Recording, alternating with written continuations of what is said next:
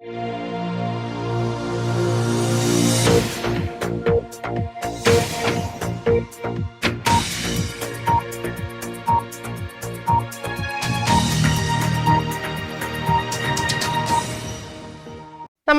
News ടൈമിലേക്ക് സ്വാഗതം. ഞാൻ തസ്നി.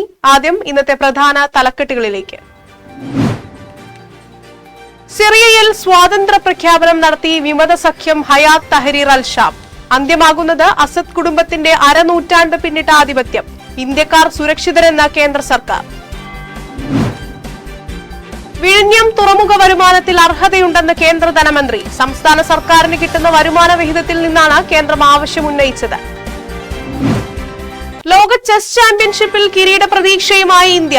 ചൈനയുടെ ഡിങ് ലിറനെതിരെ ഇന്ത്യൻ ഗ്രാൻഡ് മാസ്റ്റർ ഡി ഗുഗേഷിന് 1 പോയിന്റ് ലീഡ്. ചാൻസലർ കേരളത്തിന്റെ ഉന്നത വിദ്യാഭ്യാസ മേഖലയിൽ പ്രതിബന്ധങ്ങൾ സൃഷ്ടിക്കുന്നുവെന്ന് മന്ത്രി ആർ ബിന്ദു. SFCTSA വാർഷിക സമ്മേളനത്തിൽ സംസാരിക്കുകയായിരുന്നു മന്ത്രി. ബോർഡർ ഗവാസ്കർ ട്രോഫിയിൽ ഇന്ത്യക്ക് വീണ്ടും പരാജയം. 10 വിക്കറ്റിനാണ് ഓസ്ട്രേലിയയോട് പരാജയം നേരിട്ടത്. ഇന്ത്യൻ വനിതാ ക്രിക്കറ്റ് ടീം ഓസ്ട്രേലിയയോട് 122 റൺസിനും പരാജയപ്പെട്ടു. വാർത്തകൾ വിശദമായി. പശ്ചിമേഷ്യ ഒന്നാകെ സംഘർഷഭരിതമായിരിക്കെ സിറിയയിൽ അപ്രതീക്ഷിത ഭരണാട്ടിമറി. ഡമാസ്കസ് കീഴടക്കിയ വിമത സഖ്യമായ ഹയാത്ത് തഹരീർ അൽ ഷാം സ്വാതന്ത്ര്യ പ്രഖ്യാപനം നടത്തി. 24 വർഷം സിറിയ അടക്കി ഭരിച്ച പ്രസിഡന്റ് ബഷാർ അൽ അസദ് രാജ്യം വിട്ടു. അധികാര കൈമാറ്റത്തിന് തയ്യാറാണെന്നും വിമതരുമായി സഹകരിക്കുമെന്നും തലസ്ഥാനമായ ഡമാസ്കസിൽ തുടരുന്ന പ്രധാനമന്ത്രി മുഹമ്മദ് ജലാലി അറിയിച്ചു. സിറിയയിൽ തുടരുന്ന ഇന്ത്യക്കാരെല്ലാം സുരക്ഷിതരാണെന്നും എംബസി ഇപ്പോഴും പ്രവർത്തിക്കുന്നുണ്ടെന്നും കേന്ദ്ര സർക്കാർ വ്യക്തമാക്കി. വിഴിഞ്ഞം രാജ്യാന്തര തുറമുഖ പദ്ധതിയിൽ നിന്നും കേരളത്തിന് ലഭിക്കുന്ന വരുമാന വിഹിതത്തിൽ നിന്ന് പങ്ക് ആവശ്യപ്പെട്ട കേന്ദ്ര ധനമന്ത്രി നിർമ്മല സീതാരാമൻ. ഇക്കാരണത്താൽ വയബിലിറ്റി ഗ്യാപ് ഫണ്ട് 817 കോടി രൂപ ഗ്രാന്റായി നൽകില്ലെന്നും 20% വരുമാന വിഹിതം പങ്കുവെക്കുന്ന വായ്പയായി മാത്രമേ നൽകൂവെന്നും ആവർത്തിച്ചാണ് മുഖ്യമന്ത്രി പിണറായി വിജയൻ അയച്ച കത്തിൽ ചൂണ്ടിക്കാണിച്ചത്.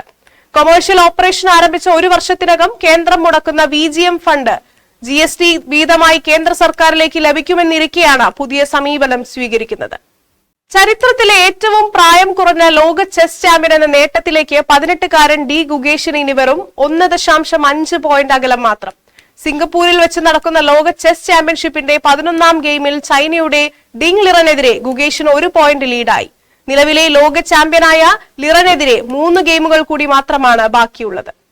കേരളത്തിന്റെ വിദ്യാഭ്യാസ മേഖലയിൽ ചാൻസലർ പ്രതിബന്ധങ്ങൾ സൃഷ്ടിക്കുന്നുവെന്നും സംഘപരിവാർ അജണ്ടകൾ നടപ്പിലാക്കാൻ ശ്രമിക്കുന്നുവെന്നും മന്ത്രി ആർ ബിന്ദു. കുടമാളൂർ സ്വയംവര ഓഡിറ്റോറിയത്തിൽ വെച്ച് ചേർന്ന self financing college teachers and staff association 5ാമത് വാർഷിക സമ്മേളനത്തിന്റെ ഉദ്ഘാടന വേദിയിലാണ് മന്ത്രിയുടെ പരാമർശം. ചടങ്ങിൽ Deshabhimani general manager KJ Thomas മുഖ്യപ്രഭാഷണം നടത്തി. MG യൂണിവേഴ്സിറ്റി സിൻഡിക്കേറ്റ് അംഗം അഡ്വക്കേറ്റ് റെജി സക്കറിയ, CPIM സംസ്ഥാന കമ്മിറ്റി അംഗം advocate K Anilkumar, CPAS director professor Harikrishnan P, CPAS executive committee അംഗം professor doctor Joji Alex, doctor A Abdul Wahab, Arun Raj എന്നിവർ സംസാരിച്ചു.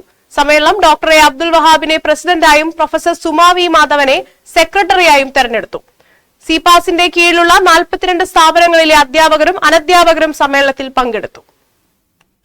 ബോർഡർ ഗവാസ്കർ ട്രോഫി പരമ്പരയിലെ 2ാം ടെസ്റ്റിൽ ഓസ്ട്രേലിയ ഇന്ത്യക്കെതിരെ 10 വിക്കറ്റ് വിജയം നേടി. 2ാം ഏകദിനത്തിൽ ഇന്ത്യൻ വനിതാ ക്രിക്കറ്റ് ടീമിനും 122 റൺസിന്റെ തോൽവിയും നേരിട്ടു. അണ്ടർ-19 ഏഷ്യ കപ്പിൽ കിരീട പ്രതീക്ഷയുമായി ഫൈനലിനിറങ്ങിയ ഇന്ത്യൻ ടീം ബംഗ്ലാദേശിനോടും പരാജയപ്പെട്ടു. പ്രധാന വാർത്തകൾ ഒരിക്കൽ കൂടി. സിറിയയിൽ സ്വാതന്ത്ര്യ പ്രഖ്യാപനം നടത്തി വിമത സഖ്യം ഹയാത്ത് തഹരീർ അൽ ഷാം.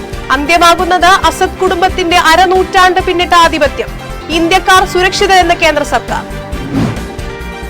വിഴിഞ്ഞം തുറമുഖ വരുമാനത്തിൽ അർഹതയുണ്ടെന്ന് കേന്ദ്ര ധനമന്ത്രി. സംസ്ഥാന സർക്കാരിന് കിട്ടുന്ന വരുമാന വിഹിതത്തിൽ നിന്നാണ് കേന്ദ്രം ആവശ്യമുന്നയിച്ചത്.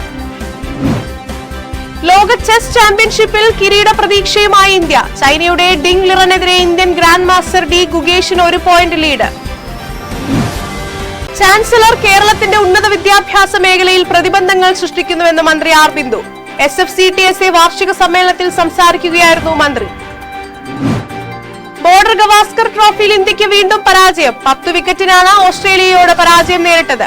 ഇന്ത്യൻ വനിതാ ക്രിക്കറ്റ് ടീം ഓസ്ട്രേലിയയോട് 122 റൺസിനും പരാജയപ്പെട്ടു. ഇതോടുകൂടി വാർത്തകൾ പൂർണ്ണമാവുന്നു. നമസ്കാരം.